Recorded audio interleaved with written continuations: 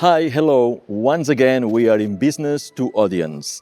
And the first thing we have to do is to thank the D'A Film Festival for having a chance to have Media Creative Catalunya one more time with a big, huge filmmaker. And this time it's Mia Hansen-Løve.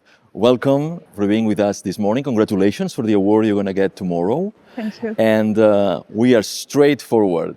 Media program, it's been already supporting 5 of your 7 films in your career and goes from the beginning, from training till exhibition. But let's start with development.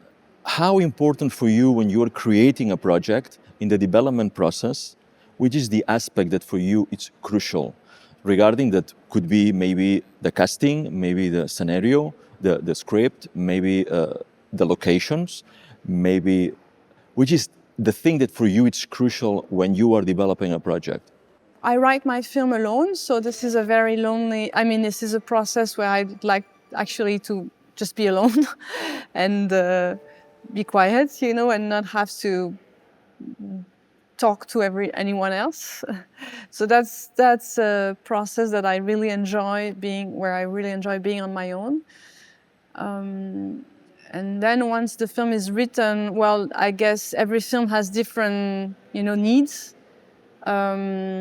Sometimes there is not so much needed except for finding locations and actors, obviously. But in the film I am currently preparing, for instance, which is a period film, we had much more needs than usually because it's a very challenging film for producers, and the process of preparing this film has been a very long and complicated one. Which means that we are aware that you're preparing a big film, because I think it's historical. It's happening, I read about it. We're looking forward.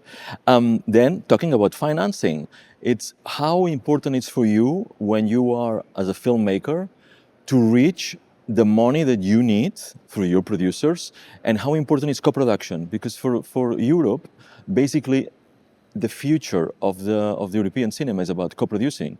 And so far your movies, it's been with at least France and Germany and so many countries. Well, I don't see any of my films ever being made without co-productions. For me, really, co-production is the key. I feel very European, like really in the bones, so that means that most of my films had some scenes in other countries than just France.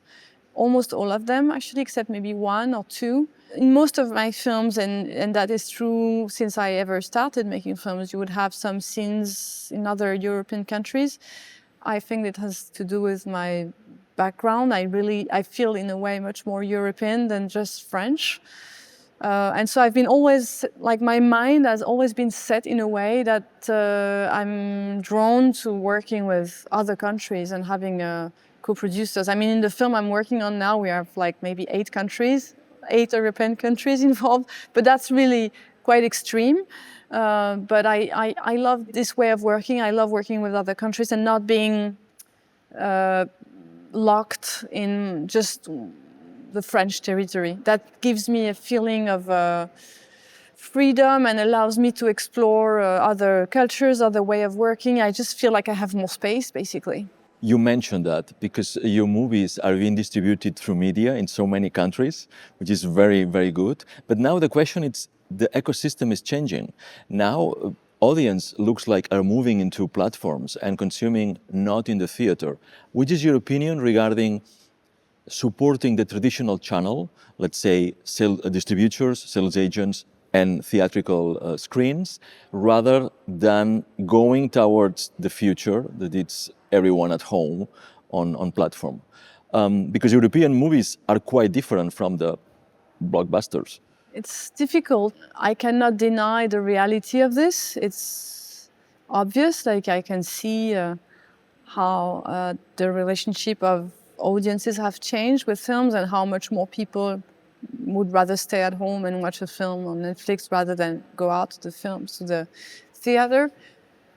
So it is changing, but maybe I'm an idealist or an optimist person. I want to think that there will still be lots of people who need to go out to the theater and who need to make this collective experience of of the, you know, the joy of watching a film in a theater with other people. I think there is, even if we are maybe in a moment where it's like more difficult, I want to believe that, you know, it's like waves, that it will come back, and that it's not just going in one direction, at least. In any case, I think my relation to films is so much structured by this idea of the theater, of the room, you know, where you share the experience with other people rather than just being at home on your couch, you know, and watching a small screen. I can't change this about me, so I will always support this way of showing the films and making them with this idea of how they're gonna be seen. I can't really change that about me because it's so defining about my own relationship with films. About festivals, which is your point of view in your career?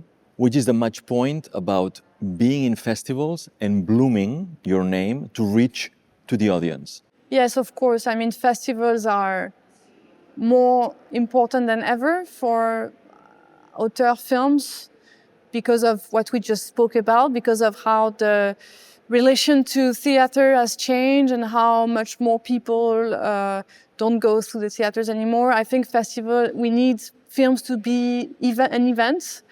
And when you have a festival and when the directors go there, introduce their film, talk about it, it creates an event, and this event makes the people want to go to the theater.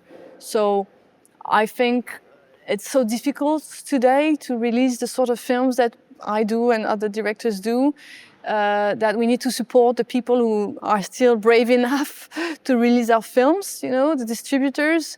So I also see festivals as a way not just to bloom as yourself and make yourself known, but also to support the people who are supporting you. And now, last question, to make it kind of simpatico. Even your career, you're French.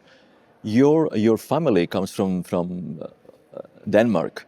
How you see the Danish way to do films?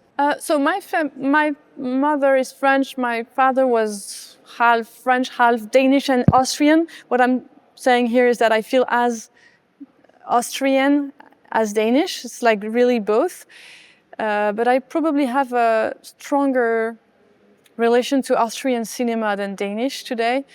I guess because the Austrian cinema has Haneke and a whole, not that I mean, I have a complicated relationship with Haneke's films, but I am interested in them, and they impressed me, and I do think he's a very important director, for instance, and there is a whole sort of school of Austrian way of making film with these very like mean films, you know.